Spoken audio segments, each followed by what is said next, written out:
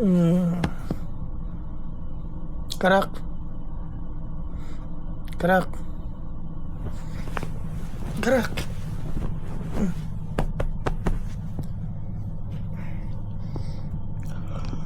Good morning.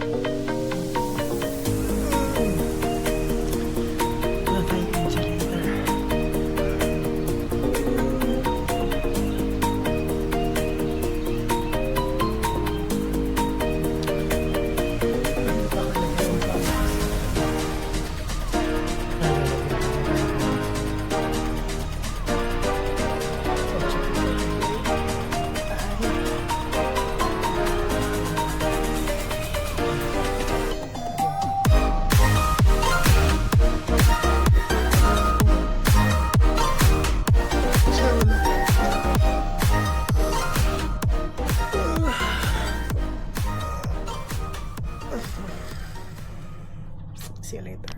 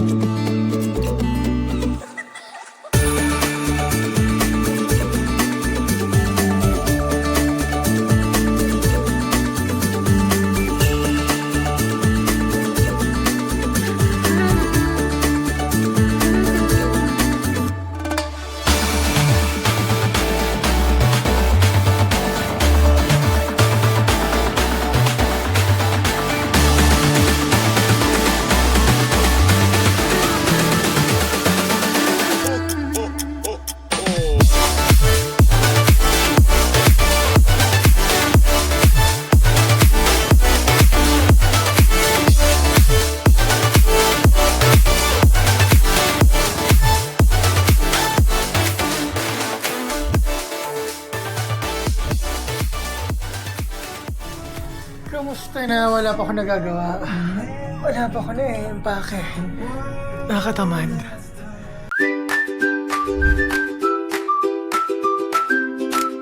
Welcome to JB. Let's explore the world and unwind on a budget.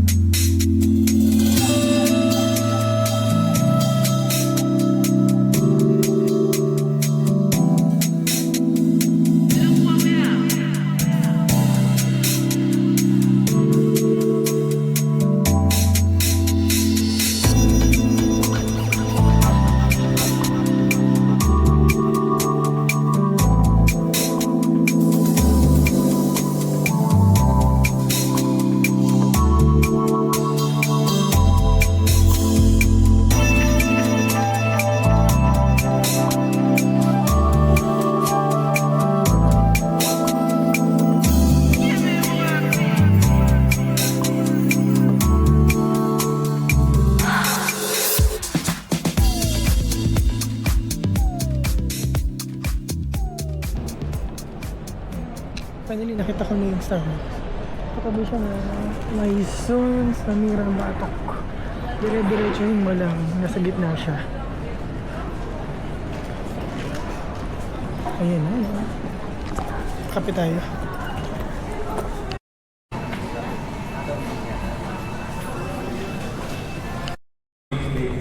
Ayan, mag-start na kami ng boarding. Kaya pumunta na ako dito. D47. D47. So, mag-start na doon ng boarding. Ewan ko lang kung bukas na. Mukhang sarado pa eh. Tingnan natin. Sana pwede na.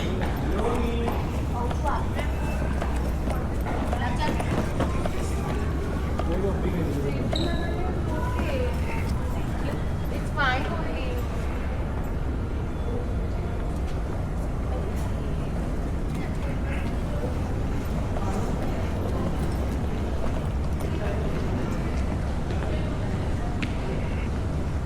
Ang ganda.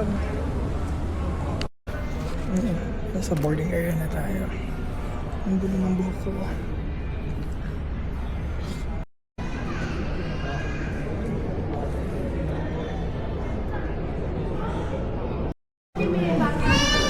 Nauna tayo kasi premium economy tayo. Subukan lang. Dapat kasi mag-upgrade tayo sa business class for 400 dirhams, pero saka na lang yan.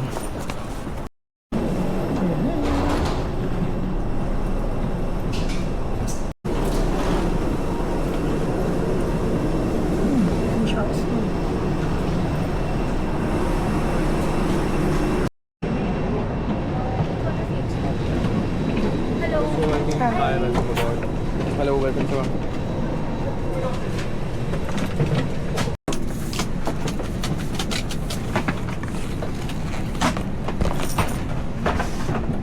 Business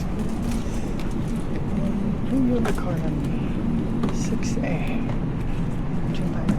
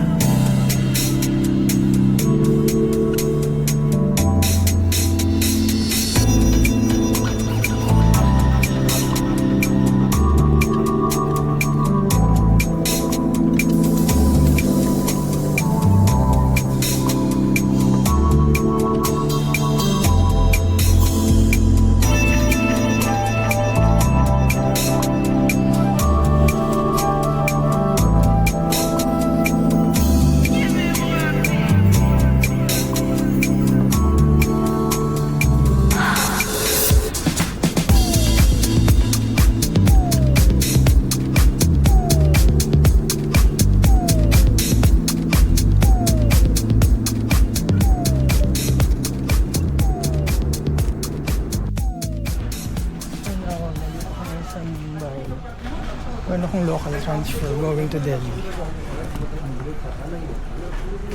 She's guiding us for the transfer. So apparently kailangan pang kuhanin yung bags and then check-in ulit. So tingnan natin kung saan tayo pupunta. Very close kasi yung departure ng papuntang Delhi. Kaya kailangan sanduin. Laters. Na-clear naman tayo dito sa Mumbai. Kinanap lang yung schedule ng exam. Kasi nga sabi ko, kuha ko ng exam, kaya punta ako dito.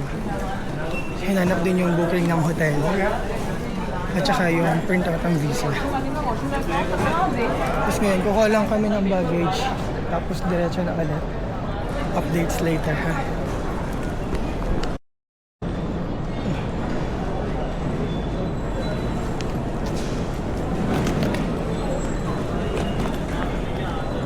So this is our carousel.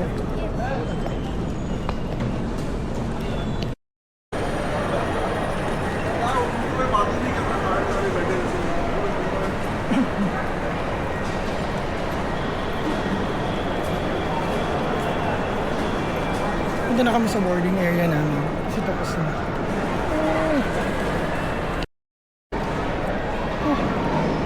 Medyo natagalan tayo doon, ma-clear para sa domestic. Kasi para may nakita daw silang magnet. So, pinaalwas pa lahat ng gamit ko sa bag. Buti yung sa maleta, hindi. Feeling ko yun yung ano, yung nalagay sa dibdib. May magnet kasi yun.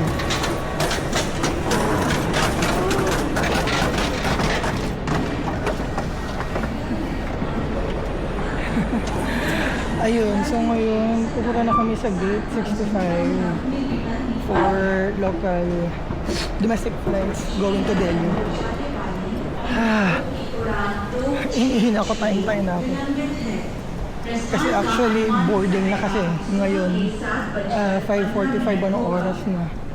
O 5:55 na. Indigo flight 266 to Srinagar is delayed. Delayed. Ayan, just hihina ako. Oh. Gutom na naman. Dapat makita muna natin yung gate natin para medyo makarelax tayo ng konti.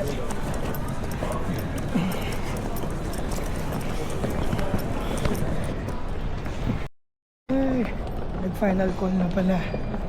Buti na nakaabot tayo. Oh. Doon na lang ako siguro iihi sa loob. Ano tayo dito? 6F tayo dito. So doon tayo sa other side. 6A tayo kanina. Nakaabot pa ng ano. So nakupo tayo dito. 6F. Ganun pa rin. Premium economy. Tapos binigyan tayo ng menu.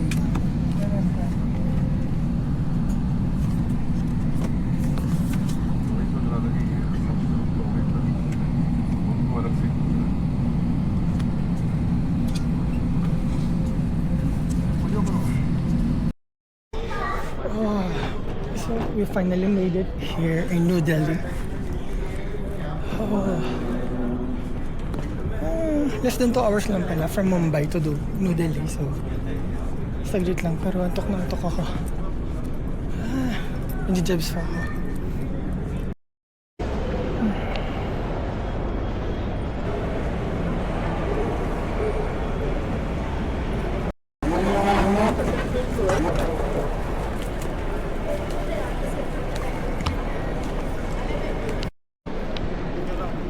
Alam mo, ang nakalimutan kong dalhin ay external HD. Kasi itong flights pa lang na to, ubos na yung 128GB ko. So, paano ko pa siya magagamit? 10 days pa tayo.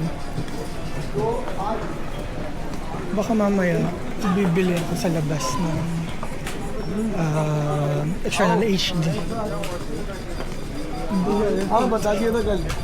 Para ma-transfer ka hard yung video. Kailangan maubusan tayo ng memory. Hanapin ko lang yung carousel natin.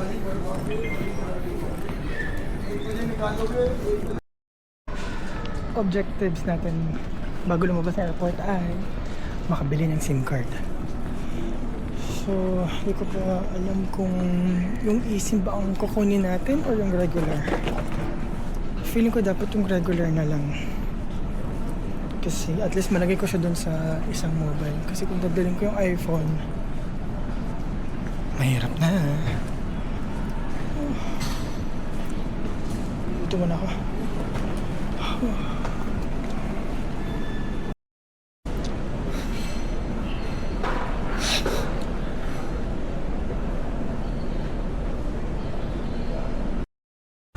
Bali yung bilihan ng SIM card, nandito siya malapit paglabas ng international arrivals.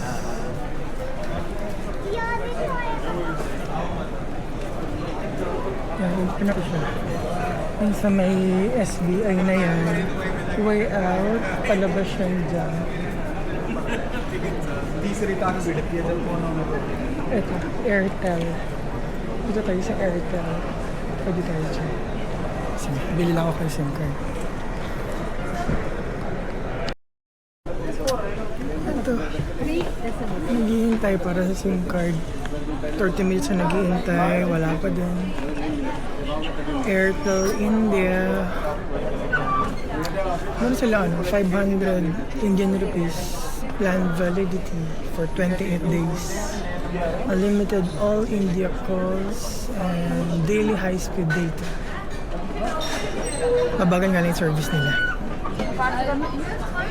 Hindi ko din alam paano sila pumipili ng customer. Parang puro babae lang gusto nila. Tingin na pa ako dito, pero hindi nila gusto. Hindi ata na gusto mga Pilipino. So, buko ah.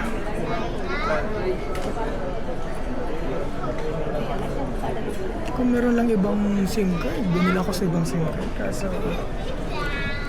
Airtel lang available eh. So, tsaga-tsaga. Wala tayong magagawa. Laters. Ayan, finally, nakabili tayo ng SIM card. Diyan sa Airtel, pagkalabas ng international arrivals, punta ka lang dyan, tapat lang.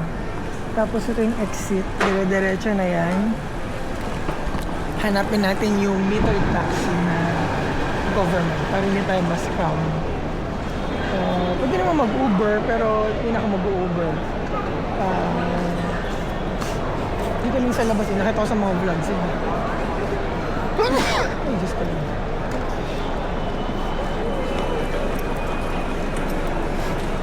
Pwede naman single, kahit hindi na alam, wala nang AC. Ito yan, nakita ka na. Ito yung pupuntahan natin. Pagkalabas mo ng airport dito sa New Delhi, ito yung hahanapin mo.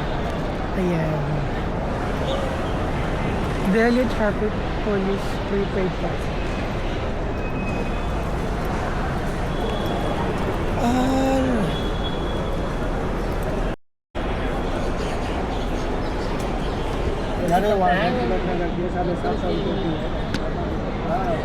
मैं जब भी जाता हूँ चलता नाम का भी नहीं, गाड़ी नहीं चलती, साली बेचारा होती है।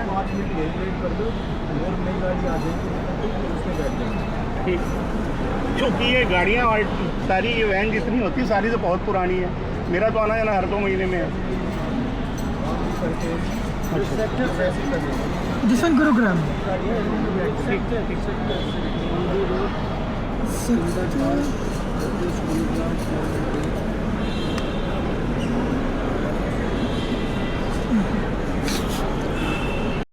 Ayan, so wakas nakakuha na tayo ng taxi. Hindi ko lang, 800 rupees. Yes sir, location here. Location. You want this one already open? I open. You.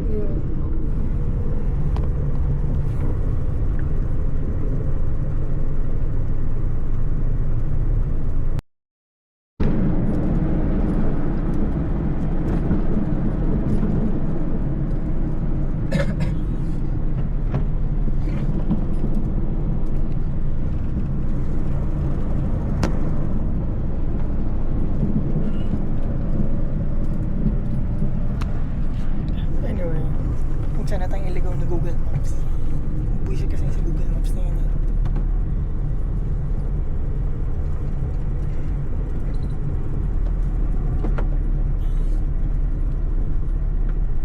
Dapat makabili ako ng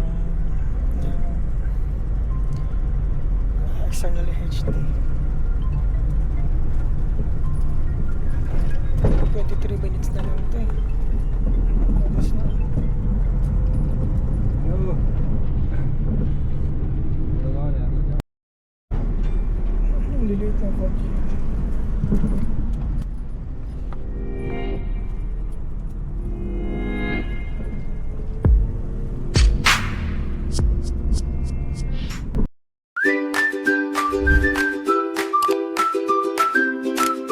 Don't forget to like, subscribe, and share this video.